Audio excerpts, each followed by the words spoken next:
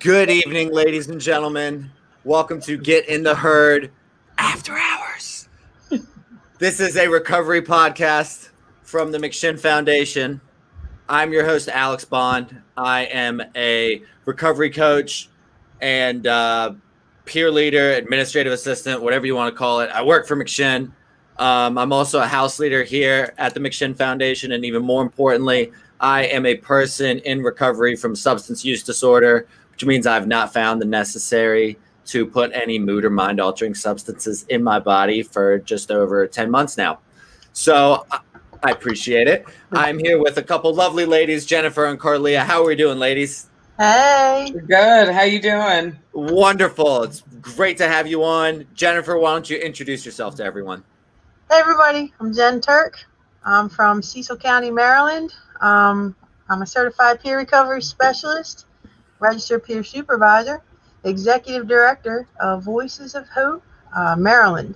We are a 501c3 nonprofit recovery community organization made up of people in recovery, family members, and allies of recovery. We do a lot of things out here in Cecil and Hartford counties. That is wonderful stuff. And Carleah, can you introduce yourself to everyone, please? Come on, Jen. That was a tough act to follow. I'm Carleah Summers, and I am an addictions counselor who is now an executive director for Nathan's Ridge Incorporated, as well as Rainbow Love Recovery Foundation. And we provide transitional living housing for women and children, as well as men coming from incarceration. Wow, that's awesome work. I really appreciate it, ladies. So I'm gonna just kind of like jump right in. Jen, what exactly are you advocating for with this wonderful nonprofit?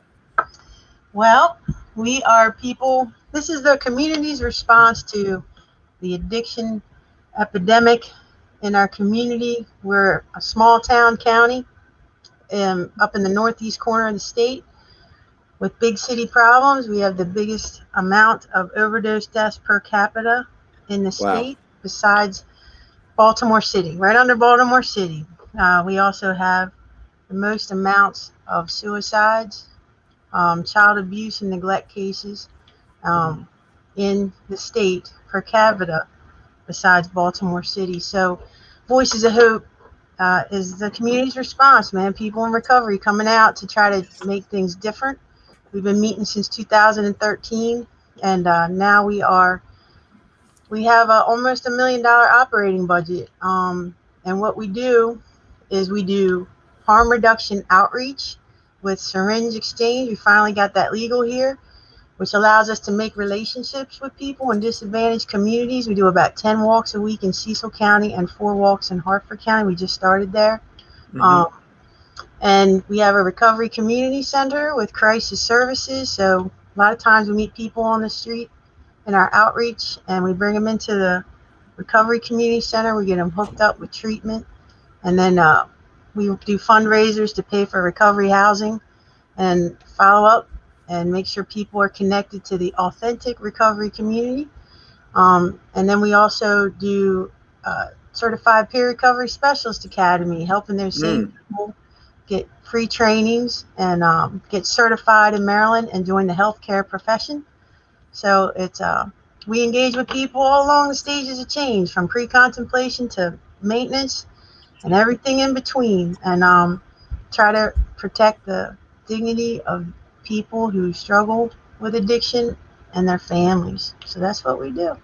That's beautiful. I like how you covered all those stages of change, because the main problem that I think we have is that money only almost gets dumped into people who are in the action stage. It's like, okay, so now I have gone through jail and I think I'm actually ready to get clean. And then there are like, only 1 million RCOs, but there's nothing after the RCO. There's nothing prior to getting that sort of contemplative state. And Carleah, it sounds like Nathan's Ridge helps with that kind of more preparation stage coming out of incarceration.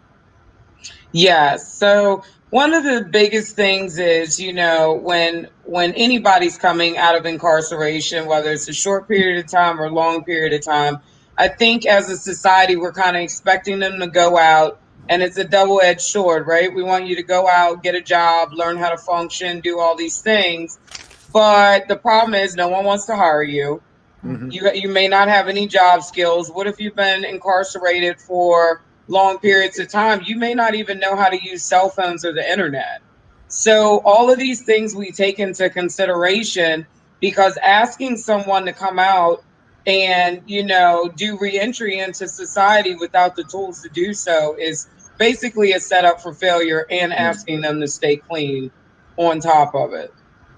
Yeah, I mean, when you put people in a situation where they're almost designed to fail, and then I'm also a drug addict, or I'll speak on behalf of me. I'm also a person with a substance use disorder. It's just even more triggering and stressful and anxiety inducing and all of that other stuff. So exactly. Do you help people kind of like design resumes, how to conduct themselves in interviews? Like, how exactly do you get that process of not? So that's one of the checklist? Yeah, that's one of the biggest things. When we designed this program, that was one of the biggest things that I concentrated on, was the programming, not just putting, a bunch of guys in the house for substance use disorders, but really focusing on, the financial literacy, the job, and resume writing, nutrition, seeking employment, things of this nature, that are hard to do, and helping them address mental health. That's another big one that gets neglected a lot. And so we do have case management within the houses, which helps, to kind of sort out what's going on with them, but to give them a little extra help on top of that. No, that's great. And Jen, it sounds like what you're doing is trying to get money for places like this a little bit. Is that correct? Absolutely. We do fundraisers and take donations, and we connect people to houses like that. Pay their entry fee, maybe a week or two rent, and make sure they're connected with people and organizations that's going to help them get a job, get to the job, and also help them with their goals that they have with reuniting with their families, things like that.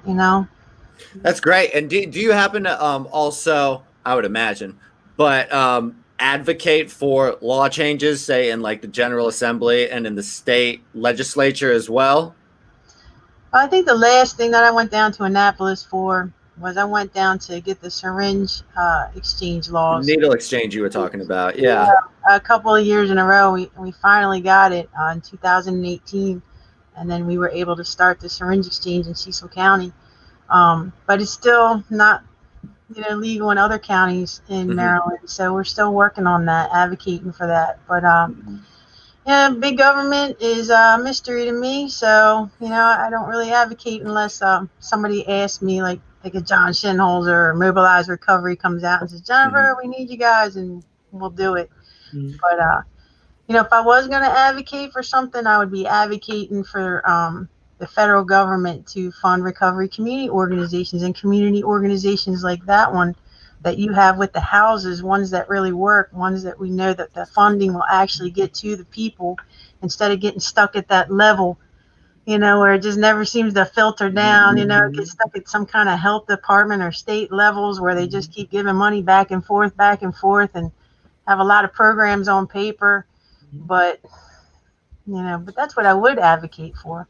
Yeah, and the main problem that I've seen is you can't tell how successful a place is for a year. So it's like, all right, this place is seeding its own money, and then after a year, they're like, why would we give money to this place that we don't know if it succeeds or not? Well, it's only existed for a year, and then it shuts down after a year, and it's just this continuous cycle of no one getting any federal money because they're not around long enough to get the federal money. I don't know. It's kind of like this wacky loophole that doesn't seem to come to an end. Have you found evidence-based programs like maybe any place that stands out as an advantage that might be able to get that sort of money to maybe anyone watching that might be in charge of an RCO or a nonprofit like that makes it advantageous to them? Because I found that evidence-based programs is one thing that helps out a lot. If I can look at you and say, all right, this program lowers our recidivism rate.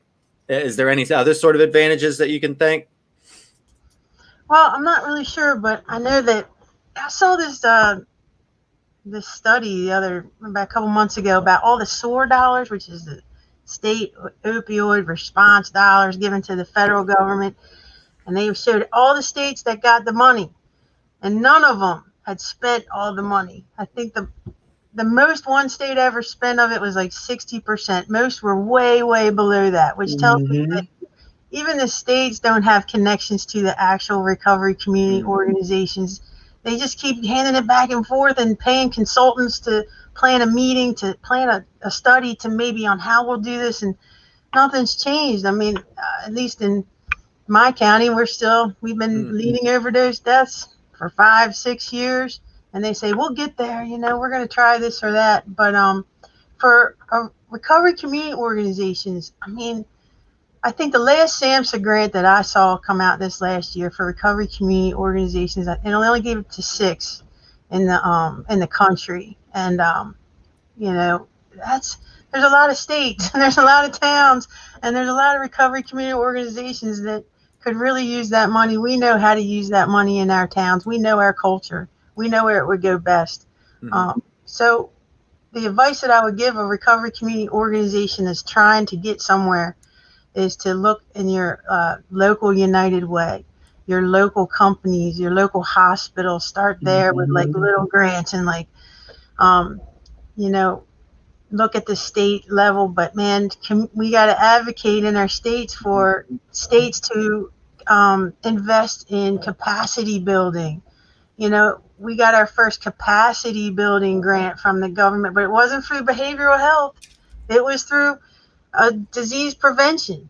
They weren't, behavioral health, addiction people weren't going to fund us, but disease prevention people would. And that's a whole separation. So going towards that a little bit and being like, we're going to do prevention, intervention, healthcare access, move your focus away from maybe some of the behavioral health stuff and try a different angle. Yeah, take a win where you can get it. And I don't mean to be like cynical asking like, all right, well, only a certain amount of us can have a seat at the table. How do us get at the seat at the table? Because the sad reality is that a lot of people are making rules about us without us having that seat at the table. So I'm kind of wondering how that we can actually keep it. Carleah, have you actually seen similar things as what Jen was saying? Like, did you guys go to the local hospitals and United Ways, or kind of how did you end up funding this? So she's actually speaking right to our situation. So thankfully, I got to give my county a shout out, Frederick County, Maryland. They have been on the ball with assisting us with grants and funding, and the community support has been tremendous for Andrea's House, which is our women and children's home. The community agencies have given out grants. I mean, they have really stepped up to the plate and answered the need for women and children to be able to recover together.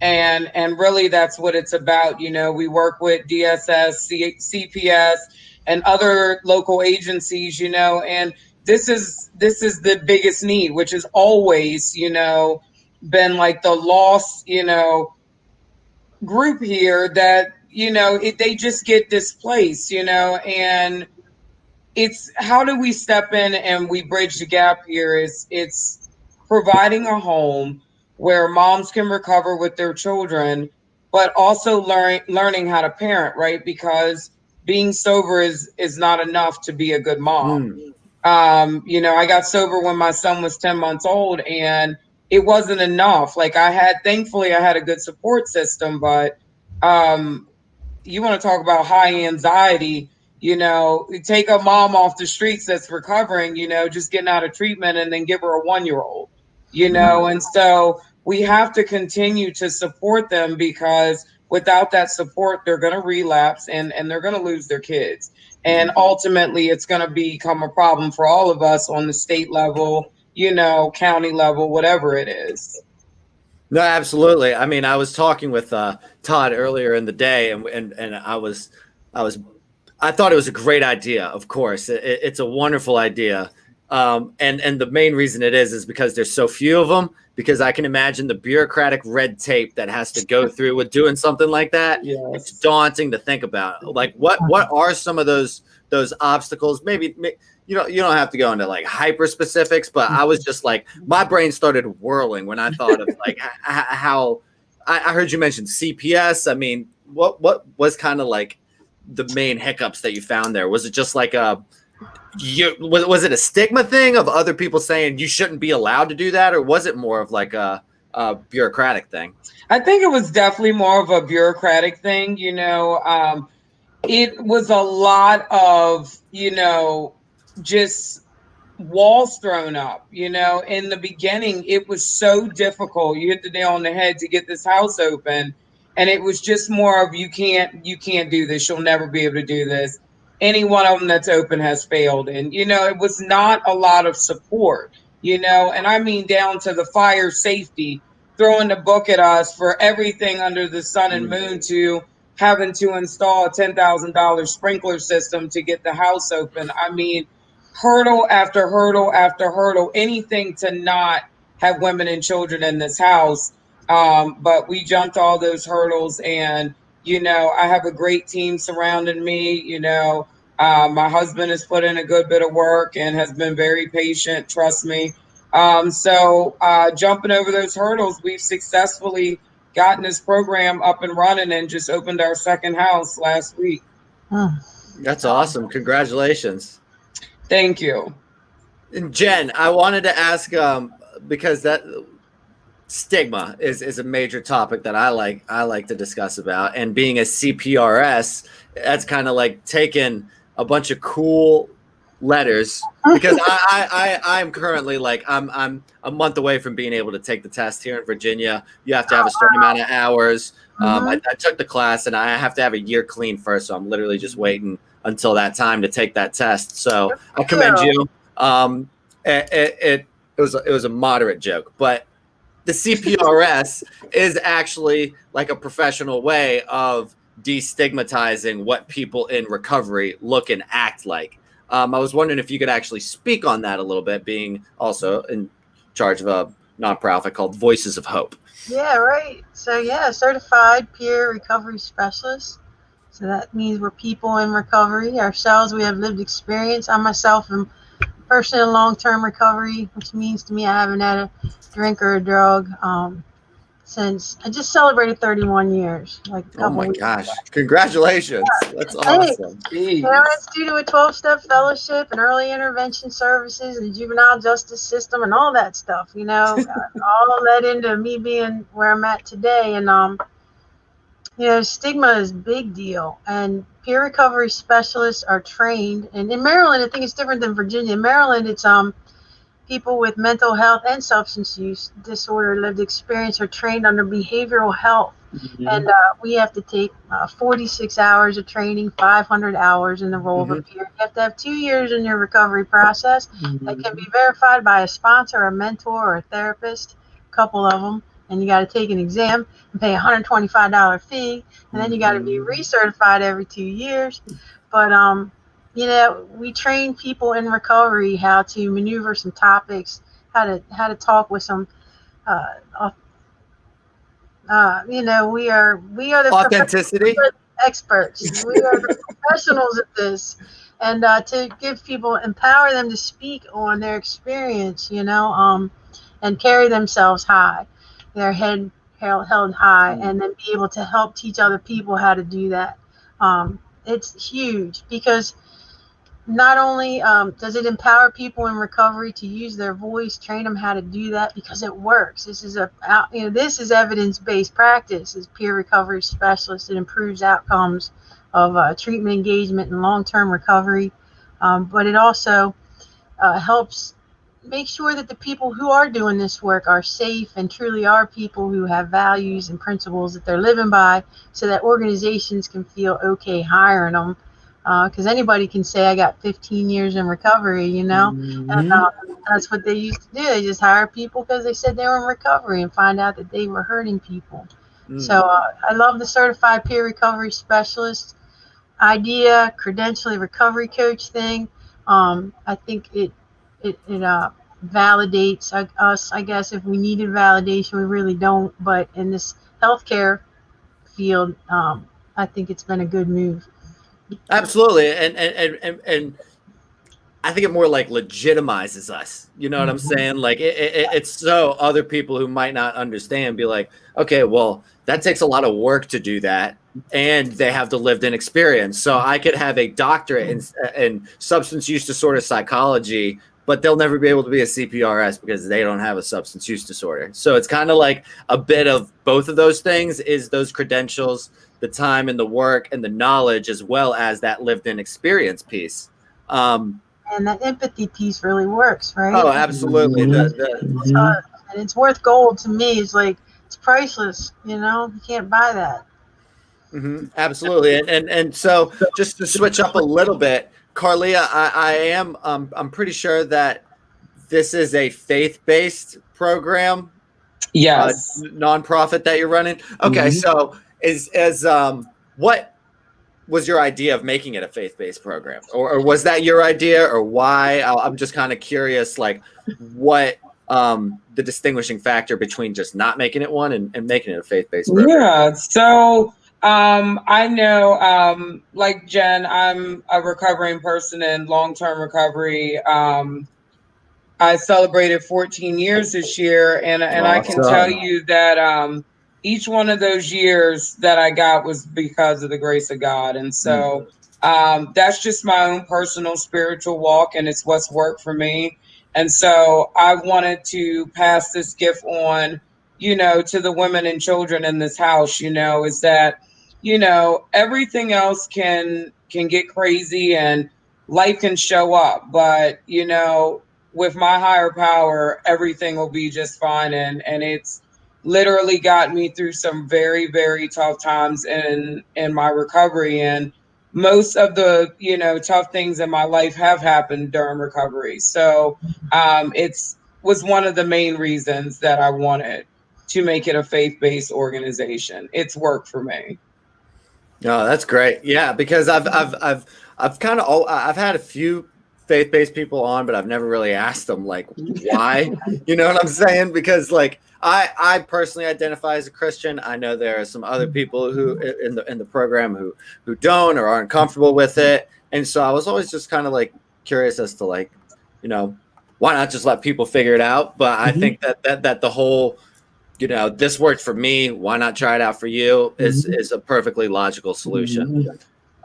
Jen, have you always wanted to be where you're at now, or did you have like a certain trajectory that you imagine? Kind of like what put you in this scenario? Because, you know, 31 years is a long time.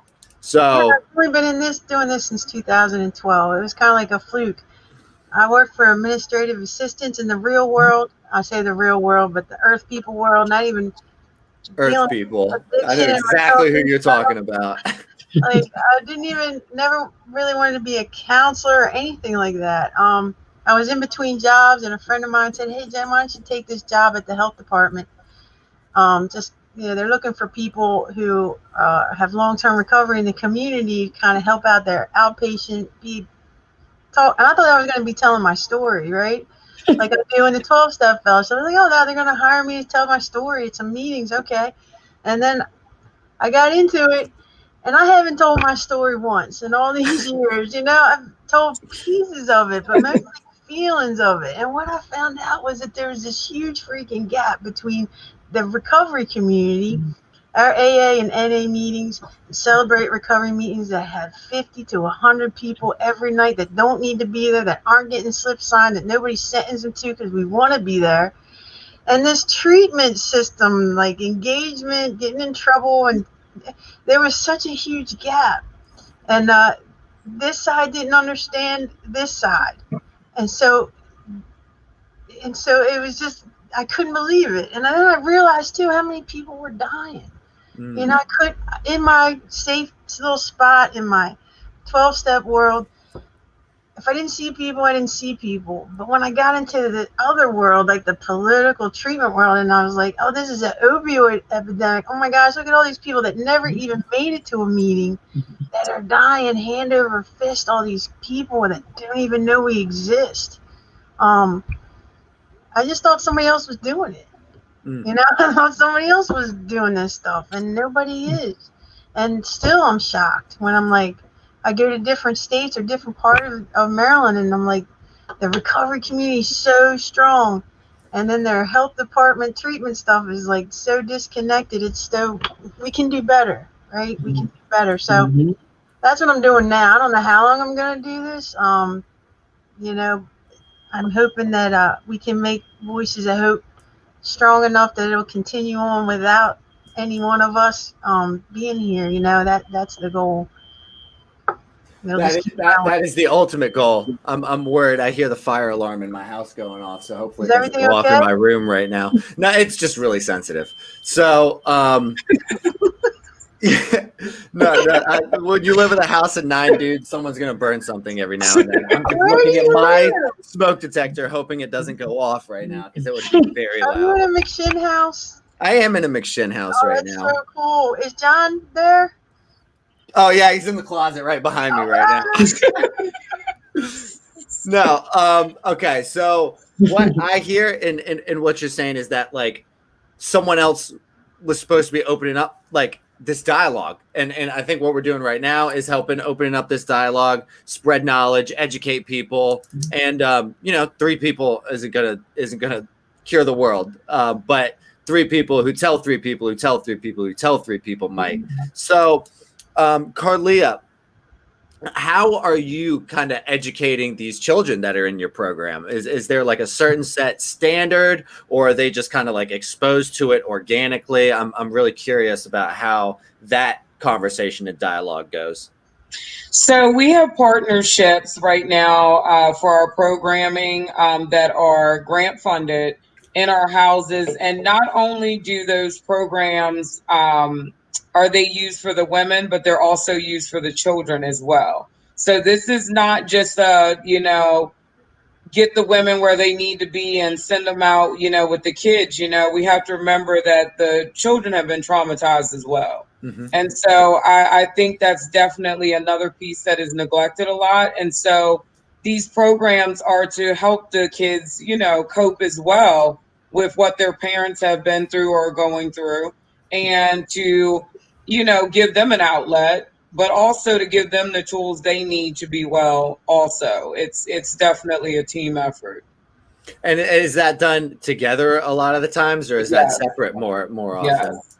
Definitely, okay. The more togetherness, the better. I always recommend the ladies in my house to spend as much time with their kids as they can. Mm-hmm. A lot of them have been away for months, years at a time, and they can't have too much time with their kids at this point in the game. Mm-hmm. No, absolutely. And because of all that lost time, those disconnects and everything, that makes a lot of sense. I will also say, maybe not to play devil's advocate too much, but what about, say, like, what's the age range of these children? So if they are staying in the program, it can be newborn to 9 years old. However, we do have women with older kids who can have their kids come visit or stay on overnight. So, but they have to be 9 or under to be a resident of the house. Okay, good. That makes a lot more sense. Because I do know people who say used with their mom, or and then they come into a program together and use that as a very valid reason of, we have all this lost time, we need to spend time together. But Right. then they end up focusing so much on each other that they can't figure out how they're supposed to individually get clean. And I know occasion where they both ended up going back out together because they were constantly around each other, dealing with this trauma that they both had, and it ended up doing way more damage than it did trying to reconnect them. Have you seen that sort of problem, or how is that something that we can avoid? Yeah, and I think from my experience in the field too, when you have kids over the age of 12, they're very resentful, they're angry. You have a whole nother host of issues that you don't have with those younger kids, you know. You still are able to work with them a good bit, 9 and under, but once you hit that middle school age, I mean, it's rebellion, and then you're almost treating a whole nother, patient at that point, or client, because they have just as many issues as the woman that we're treating. So, once they get older and they're really fully able to grasp what's going on, it's rough. It gets to be rough. It's like that added variable that is Exactly. a bit more unpredictable, I would imagine. Mhm. Jen, do you have experience kind of like reconnecting these families and stuff like that in some of your advocacy work? I don't know. I mean, most of the people that we deal with are at the end of the road, where they've given up their children, they've lost them, the ones that we meet on the outreach teams, but they have dreams, Mhm. they have dreams, and Carleah's place is a place that they could aspire to get to, and it's nice to say that we do know a place that can take a mother and their children. We can't say that for many areas, so that's a real special place there. That's absolutely true. And I guess to kind of circle back a little bit, crossing over between harm reduction and education. We were talking about the recovery high school. Should there be more of those? Do you think that's kind of like a overly radical idea? How likely is it to have like one in a state, one in a county? I mean, I think it's pretty radical. Well, the first time I heard it, it was like, okay, so it's a bunch of people who want to be straight edge and make sure that they never use. When it's actually the opposite, it's people who are dealing with substance use disorder. Right. They just realized it at a much younger age. So I was kind of wondering, Jen, your opinions on it as a whole. Oh my gosh, wouldn't that have been great? We're having the first one open right near your place, your house, the first one in Maryland, and all eyes are on it. And this particular high school has so much support from high level people, in that area, that it's bound to be a success. And if that one is a success, it can be used as a model throughout the rest of the state. I would love to see one in every county. Our kids deserve that, right? I mean, how many of us know people who died young, started using young? What an option, what a gift that would be to have that available, I think. What do you think? Yeah, I Carleah, what do you agree, think? and I agree 1,000%. We're very, reactive society instead of proactive. And this is a proactive, way to address substance abuse at an early age. I mean, we can all pretend like, we waited until, we got out of high school to use, but we know the fact of the matter is, most of us were introduced in middle school or high school. So why not put something there to address it and give them a fair chance, to not go that route? Mm-hmm. Do you guys have Yeah, any where you in the state that you're in? in Virginia, I think the McShin Foundation actually had one, I think, for like I want to say like 2 or 3 years. But as with most things, the money ran out at the end of the day. I think they had like 2 graduating classes, maybe one, honestly, and then the money ran out. And then there was actually one that a bill was passed to have in like the county right beside ours, and it was all like up and running and everything. And then a bunch of financial loopholes were thrown in, and instead of like the bill that passed, but then there was another one that had to do with the financing of it that then kind of negated it or whatever. So, I wish I was more knowledgeable on it, but that is what has happened to my knowledge about it around here. It's just not an easy thing to do, especially in such like kind of like a Bible Belt area where this disease, frankly, is not as thought about progressively as much northern as Maryland is to Virginia. But even the more you go up, the more people kind of like, I don't know, accept recovery a little bit more. I had some guys on that I was talking about from Arkansas, and they were talking about things out there. And I really like talking about the geopolitical scope of where this disease is all over the map, because something as simple as like what it takes to be a CPRS there is different than here. I just think that's fascinating stuff. Especially the fact that like I don't think there's again, I could be wrong, but I don't think there's a single needle exchange in any county in Virginia. That's just such a wildly radical idea. But then in North Carolina, there's a bunch of them because the evidence has shown that it's worked. Yeah, I gotta say, that Anonymous People movie was the start of it for us, and that's where we met. We saw John and his wife, and we've been groupies ever since. But what it meant was, if we could get the people who are in the recovery in these communities to step up and out and advocate, things would change so much. And that's why we have to keep supporting these recovery community organizations to be able to just have their capacity built to help them to stand up on their own, and they'll do the rest. But until we get the people who care, who know how much it matters, and the families who've been affected by recovery to really give them a pathway to help others rise, which they want to do, they just don't know how, then things will change. I believe that, because we know what it means. It's crazy. Do you deal with a lot of like roadblocks when it comes to that stigma when you're advocating, or do you still get brushed off often? We are in a Trump nation over here in Cecil County, and our county, 40% of our county budget went to policing and the jail.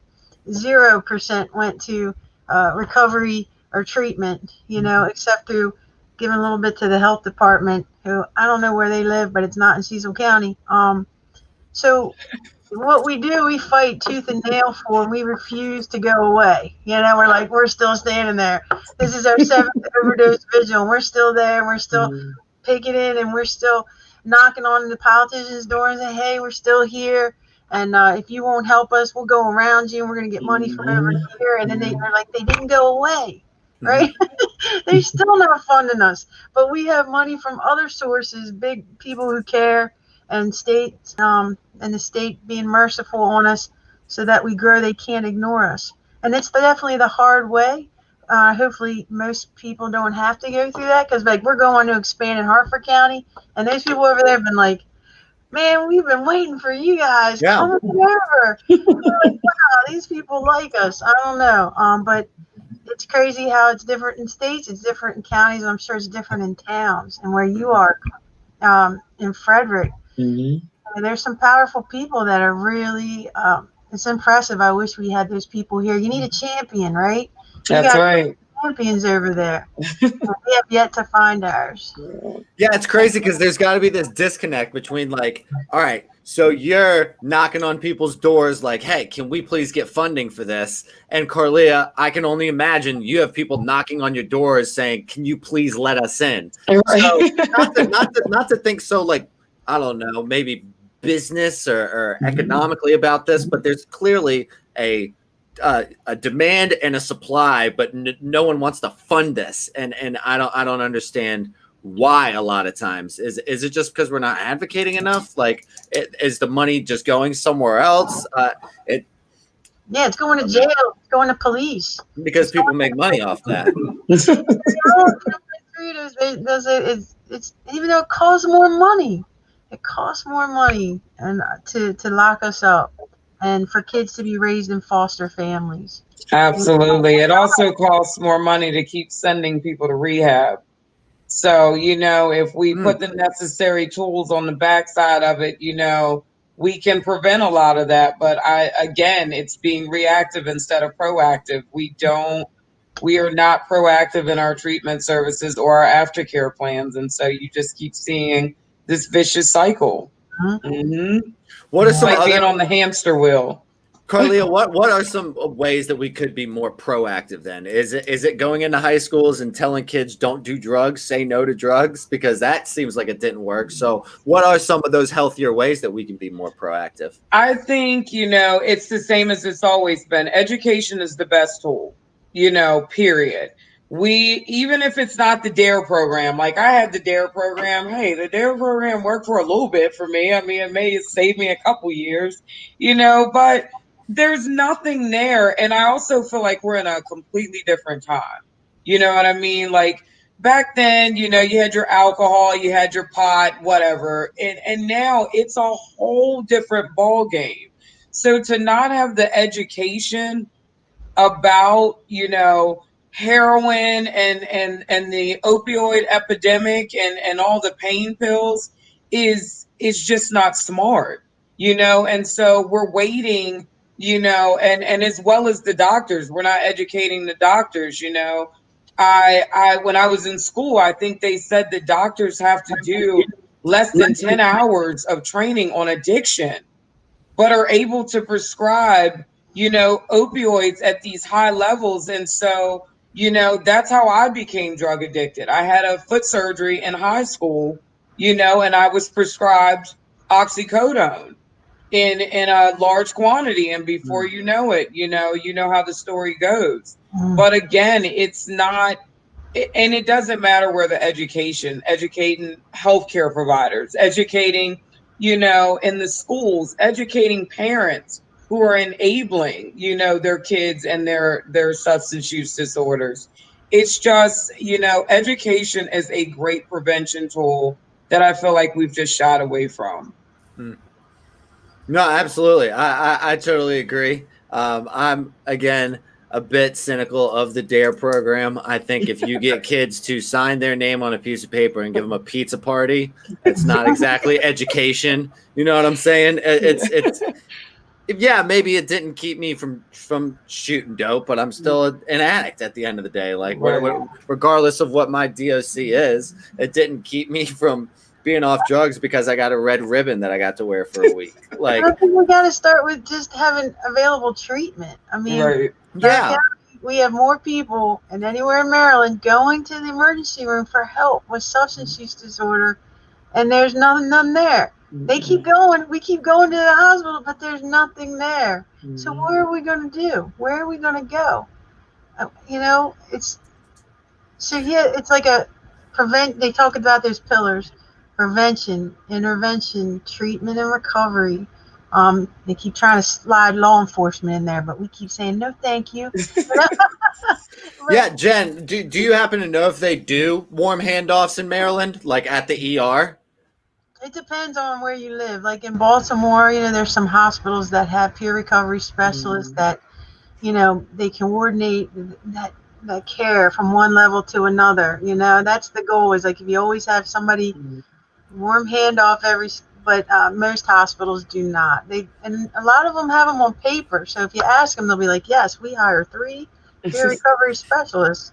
But you go talk to them and they're just sitting in a corner. Maybe they're emptying trash or talking to somebody once in a while. I don't want to say it's a broken system. It's just a new system. We have only had certified peer recovery specialists since 2014. We only have less than 300 certified peers in the whole state. So there's a demand for them, and there's people who are charging people in recovery a lot of money to become peers. And it's like, wait a minute, if this is part of the solution to the addiction epidemic, shouldn't this be free? So we try to make sure that these classes are offered to free for the people by hustling, still doing that hustle, but we hustle with grants and funders to provide these classes to people in recovery to become certified, because it's part of the solution. But, it is, and you can't, and we can't say, oh, why don't we have warm handoffs to people? A PRS will end up taking care of them as soon as they say, like, wake up from being Narcaned in the hospital or whatever. When it's like, okay, well, what's PRS is going to do that if there's only 300? I mean, that's got to be like what, 10 a county or something like that. I don't know how many there are in Maryland, but that would that's completely unfeasible. That's like maybe one per hospital, like in Virginia, at probably way less than that. But yeah, there is that high demand, which is why I consistently advocate for people to do stuff like that. Now there's a need for them to know what to do with them. Organizations, they're still pushing them into clinical roles because they've never had to work with peers. So it's training organizations on how to best utilize them too. It's interesting, but I'd have hope, because the Fed's government is saying with all these grants that they're trickling down to the states, they're like, it has to include peers. To be a trauma-informed care approach, it must include peers. So organizations are having to hire peers, but they're not really sure what to do with them yet. So we're trying to fill that gap, trying to build it to be like the educator of the people and the organizations so that they can best use us, Yeah, absolutely. Carleah, do you use entirely peers on staff, or is that part of your model, or what sort of impact is that on? So we have professionals on staff, which means they're either certified in some way, shape, or form, or have been in this field for a little bit of time. But one thing I can say again about Frederick County is the peers are in the hospital. They make contact. If there's somebody there, they're calling, trying to do the warm handoff, or trying to get them into treatment, or, trying to get them into transitional living, whatever it may be. They're working hard at that. The other thing I'll give our health department credit for is, during COVID-19, they assigned peers to our houses, because we couldn't be in there, as much as we like to, and we had to cut our hours with staff. I mean, that was a tremendous help for us because incredible. Yeah, I mean, we had all hands on deck. So again, I do think that, there's room for improvement, but I will say that our health department is definitely ahead of the game in many ways. Sounds like it. That's pretty. That's pretty wild. So before we wrap up, I do have like a couple more things I wanted to touch on. Jen, you were talking about the both of y'all actually were talking about how hard it is to get a job and the felonization of I don't know, that's stipulated with our disease. And do you think something like the Portugal model would be able to, one, successfully work, and two, I don't know, how feasible is it? Is it something that could be considered? If you're familiar with it, it's pretty much the decriminalization of most, if not all, substances, so that people aren't given felonies for treating their addiction at the end of the day. Well, I just want to say, I think it would work a lot better than what's working now. We're just locking people up, right? But I think it'll take a long, long time to get there. And we need to start, and in America, it's just so wrapped up with race. I don't think it's going to take a long time to budge. I mean, these drug charges, race is so embedded. And if they were to let go of some of these criminalizations, then that means they would have to rise up, people of color. And you see what's going on.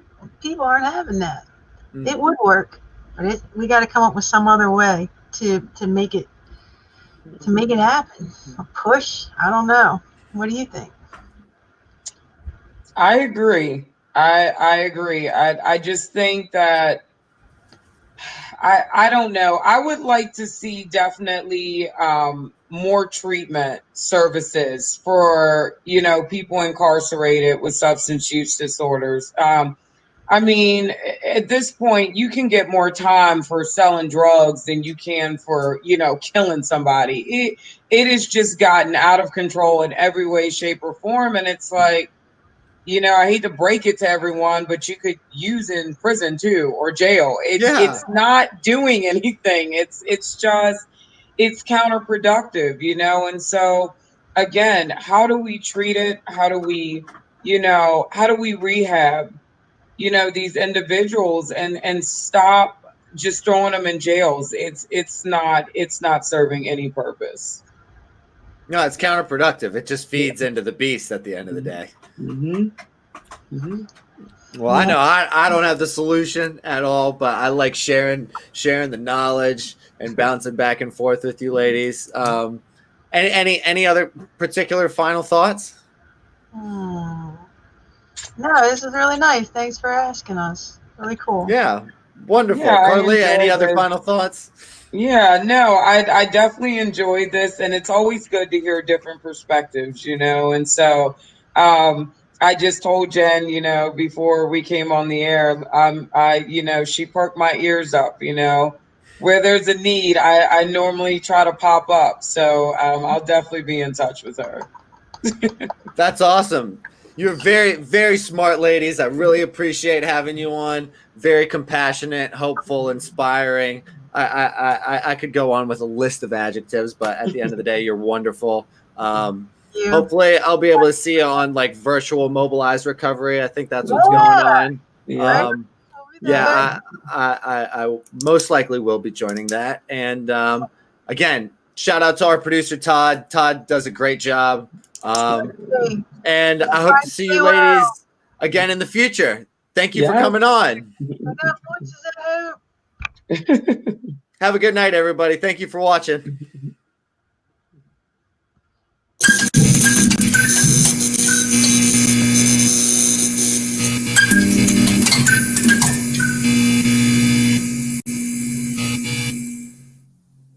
One thing we do here, we always educate our participants. I want you to leave here after your 30, 60, 90 days or however long you stay and leave. I want you to be educated about the disease of addiction, about substance use disorders, what you need to do to personally recover. But I want you to know why we don't have the support we should have. I want you to know where all the funding goes, what the thinking is of our culture, why we're the way we are. And just for the record, everybody put it right in. I hereby deputize each and every one of you as an ambassador to get facing this of recovery from here on out. You've just been deputized. You just became ambassadors of a recovery movement, an authentic recovery movement. What authentic means is by people in recovery themselves. This is our call to action.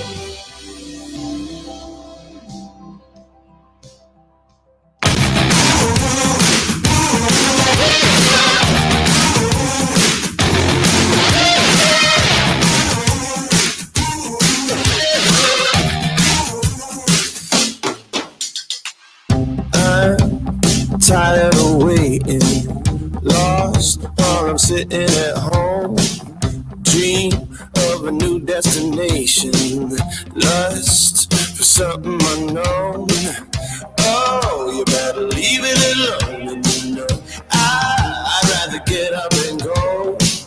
How long can I lie around waiting for it? Sometimes you gotta walk out the door.